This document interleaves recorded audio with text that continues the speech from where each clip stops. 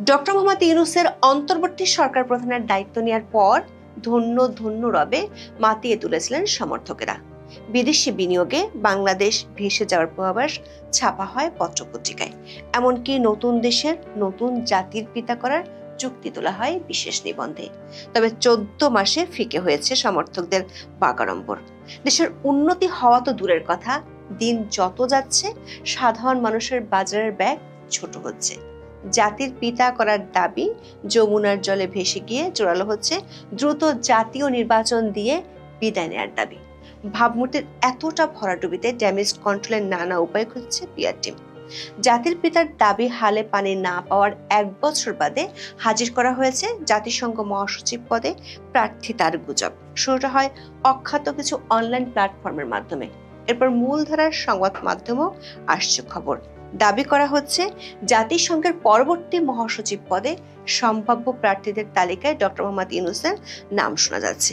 তবে এই রটনার কোনো ভিত্তি আমরা পাইনি। বিভিন্ন আন্তর্জাতিক প্ল্যাটফর্ম পর্যবেক্ষণ করে দেখা যাচ্ছে কোথাও নেই বাংলাদেশের নোবেল বিজয়ীর নাম, বরং জাতিসংঘ মহাসচিব হওয়ার জন্য যেসব অলিখিত নিয়ম, প্রথা ও রাজনৈতিক বাস্তবতা রয়েছে তার সবগুলোতে অযোগ্যতার সব শর্ত পূরণ করে রেখেছেন অধ্যাপক ইউনূস।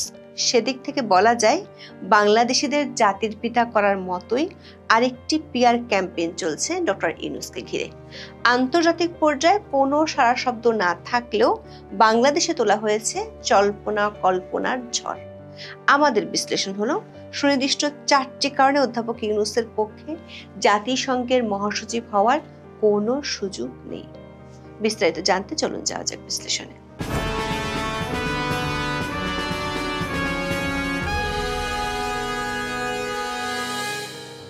জাতিসংঘের বর্তমান মহাসচিব অ্যান্টোনিও গুতেরেসের মেয়াদ শেষ হচ্ছে 2026 সালের 31 ডিসেম্বর। অর্থাৎ জাতিসংঘের পরবর্তী মহাসচিব দায়িত্ব নেবেন 2027 সালের 1 জানুয়ারি। আর এর জন্য নির্বাচনী প্রক্রিয়া শুরু হওয়ার কথা রয়েছে চলতি বছরের শেষের দিকে। সে কারণে পরবর্তী মহাসচিব কে হবেন তা নিয়ে আলোচনা শুরু হয়েছে। এরই মধ্যে সোশ্যাল মিডিয়ায় বাংলাদেশ থেকে কেউ কেউ প্রচারণা চালাতে শুরু করেছেন মোহাম্মদ ইউনূসও ওই প্রার্থী তালিকায় রয়েছেন, যদিও আন্তর্জাতিক গণমাধ্যমে এই সংক্রান্ত তথ্যের হদিস মেলেনি। জাতিসংঘের পরবর্তী মহাসচিব হিসেবে ডক্টর মোহাম্মদ ইউনূসের নাম আলোচিত হচ্ছে এমন একটি গুজব সম্প্রতি হঠাৎ করে ভাইরাল হয় সোশ্যাল মিডিয়ায়। শুরুতে কয়েকটি ফটোকার্ড শেয়ার করে ছড়িয়ে দেওয়া হয় এই গুঞ্জন।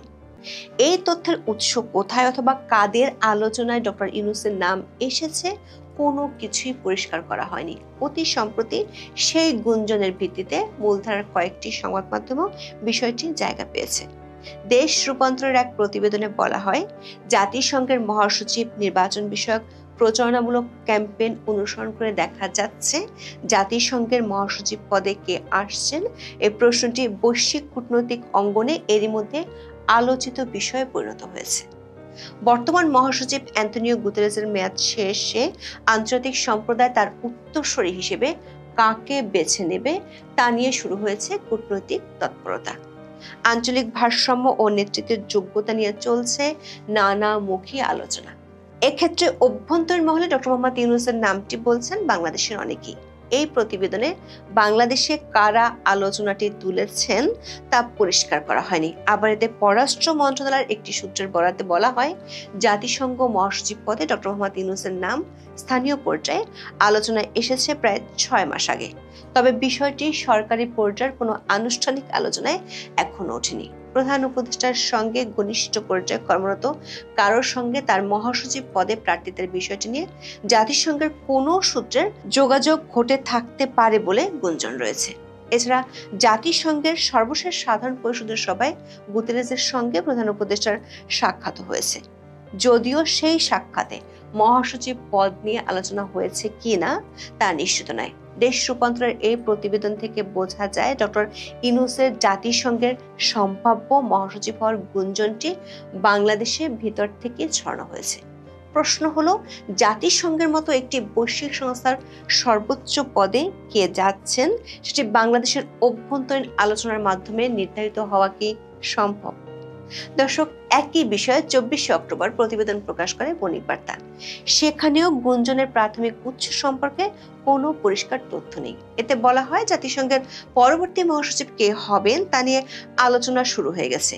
এখন পর্যন্ত জোরালোভাবে 3 জন প্রার্থীর নাম আলোচনায় আছে। এছাড়া আরো কয়েকজনের সম্ভাবনা নিয়েও চলছে বিশ্লেষণ, যার মধ্যে রয়েছেন নোবেল বিজয়ী ও বাংলাদেশের অন্তর্বর্তী সরকারের প্রধান উপদেষ্টা ডক্টর মোহাম্মদ ইউনূস। এর পরেই লেখা হয়, প্রধান উপদেষ্টার কার্যালয় অবশ্য বলছে জাতিসংঘ মহাসচিব পদে তার প্রার্থী হওয়ার বিষয়টি রিউমার বা গুজব। তবে পররাষ্ট্র মন্ত্রণালয়ের সূত্র জানিয়েছে, এ বিষয়ে আনুষ্ঠানিক কিছু না থাকলেও শক্তিশালী প্রার্থী হিসেবে ডক্টর মোহাম্মদ ইউনূসের নাম আলোচনায় থাকার বিষয়টি পুরনো এবং তার নাম আলোচনায় আসা অস্বাভাবিক নয়। অর্থাৎ সরকার একদিকে যেমন তথ্য নাকচ করছে, আবার অন্যদিকে তা বহাল রাখছে।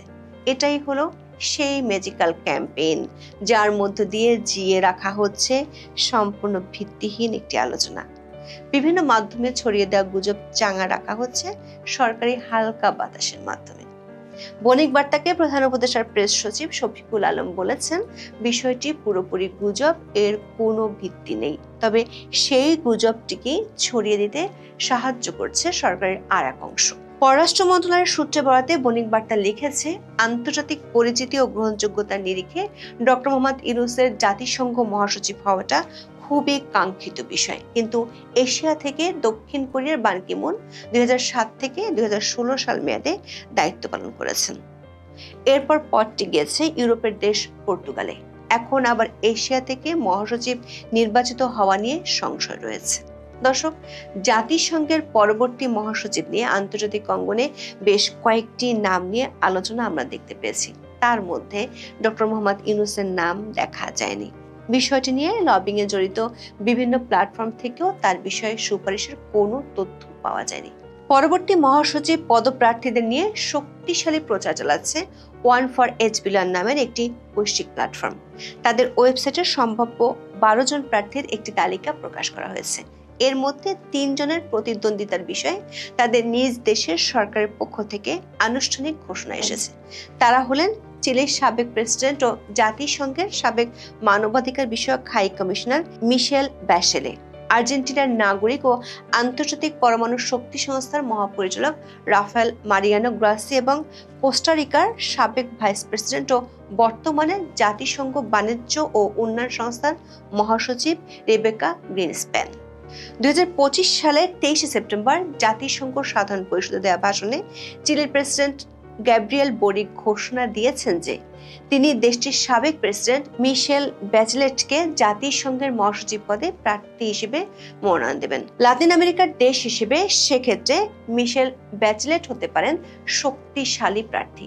পুরোদস্তুর আর্জেন্টাইন কূটনীতিক রাফায়েল মারিয়ানো গ্রোসি 2019 সালের 3রা ডিসেম্বর থেকে আন্তর্জাতিক পরমাণু শক্তি সংস্থার মহাপরিচালক হিসেবে দায়িত্ব পালন করে আসছেন। অন্যদিকে কোস্টারিকার প্রেসিডেন্ট রদ্রিগো চাভেজ 8 অক্টোবর এক ভিডিও বার্তায় ঘোষণা দিয়েছিলেন যে তিনি দেশটির সাবেক উপরাষ্ট্রপতিকে জাতিসংঘের মহাসচিব পদে প্রার্থী হিসেবে আনুষ্ঠানিকভাবে মনোনীত করবেন। এর বাইরে আন্তর্জাতিক সংবাদ মাধ্যম এবং প্রভাবশালী গোষ্ঠীর আলোচনার ভিত্তিতে সম্ভাব্য আরও 9 প্রার্থীর নাম উল্লেখ করেছে One4HBLN। এখন প্রশ্ন হলো, জাতিসংঘের মহাসচিবের পদে শান্তিতে নোবেল বিজয়ী অধ্যাপক ইউনূসের সম্ভাবনা কতটুকু বা আদৌ কোনো সম্ভাবনা আছে কি না? দর্শক, আমাদের বিশ্লেষণ হলো 4টি সুনির্দিষ্ট কারণে অধ্যাপক ইউনূসের পক্ষে জাতিসংঘের মহাসচিব হওয়া সম্ভব নয়। ঘুরিয়ে বললে বলা যায় তার নাম এই পদে আলোচনায় আসেনি এসব কারণে। প্রথম কারণটি আপনি খুঁজে পাবেন বার্তা সংস্থা রয়টার্সের এক প্রতিবেদনে। প্রতিবেদনটিতে বলা হয়েছে এই পদটি সাধারণত অঞ্চলের ভিত্তিতে ঘূর্ণায়মানভাবে দেওয়া হয়ে থাকে। 2016 সালে পূর্ব ইউরোপের পালায় পর্তুগালের সাবেক প্রধানমন্ত্রী অ্যান্তোনিও গুতেরেসকে নির্বাচিত করা হয়।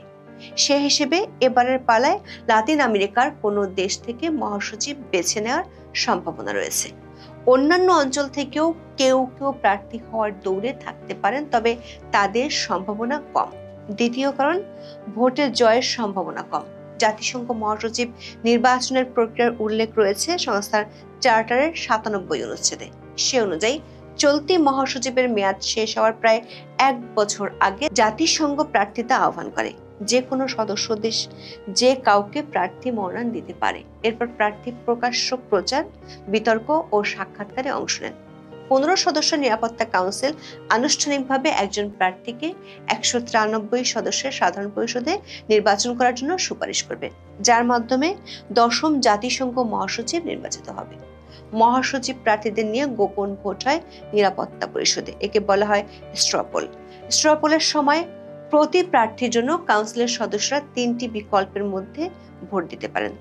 এতে 5টি স্থায়ী এবং 10টি অস্থায়ী দেশ ভোট দেয়। তবে এই ভোটে স্থায়ী সদস্যদের কোনো প্রার্থীর বিপক্ষে ভোট দিলে তিনি সর্বোচ্চ ভোট পেলেও বাতিল বলে গণ্য হন।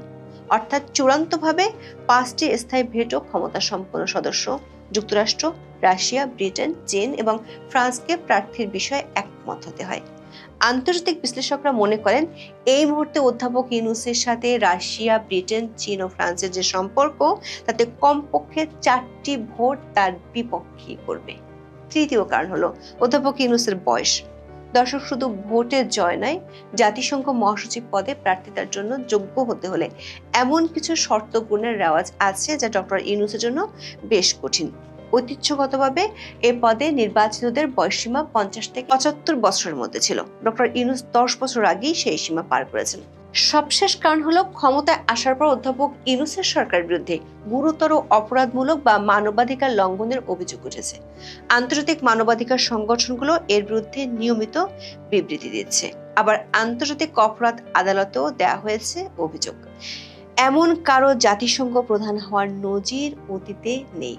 রাজনৈতিক নিরপেক্ষতার অভাবকেও এই পদে নির্বাচিত হওয়ার ক্ষেত্রে একটি বড় অযোগ্যতা, যা গত 14 মাসে ভালোভাবে বিশ্বের সামনে তুলে ধরতে সক্ষম হয়েছেন অধ্যাপক ইউনূস।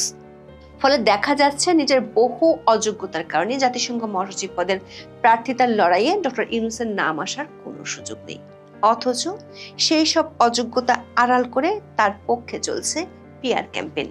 ক্ষমতায় আসার পর তাকে নতুন জাতির পিতা করার পক্ষেও এমন ক্যাম্পেইন দেখা গিয়েছিল। পত্রিকায় ছাপা হয়েছে বিশেষ নিবন্ধ। একই সময় ইউনূস ম্যাজিকে বিদেশি বিনিয়োগের দেশ ভেসে যাওয়ার গাল গল্প ছড়ানো হয়েছিল। তবে মাস যত গেছে তত হারিয়ে গেছে সেসব প্রচার। অবশ্য নিত্য নতুন গাল গল্পের জন্ম দিয়ে যাচ্ছে পিআর টিম। এর কোনোটি কাজ না করায় এবার এসেছে জাতিসংঘের মহাসচিব হওয়ার গুজব। প্রশ্ন হলো, পিআর টিমের হাতে তুরুপের তাস কি শেষ হতে চলেছে? যেখানে কয়েকদিন আগে ডক্টর ইউনূস জাতিকে দেখিয়েছেন 50 বছর পর্যন্ত দেশ শাসনের দুঃস্বপ্ন, সেখানে বছরখানেক পরেই তাকে জাতিসংঘে পাঠানো গল্প কেন উঠেছে? দেশের ভিতরে গাল গল্পের আসর সাজিয়ে কি মন ভোলানো যাবে বিশ্ব সম্প্রদায়ের? এখন এ পর্যন্ত। সবাই ভালো থাকুন, সুস্থ থাকুন, নিরাপদে থাকুন। দেখা হবে।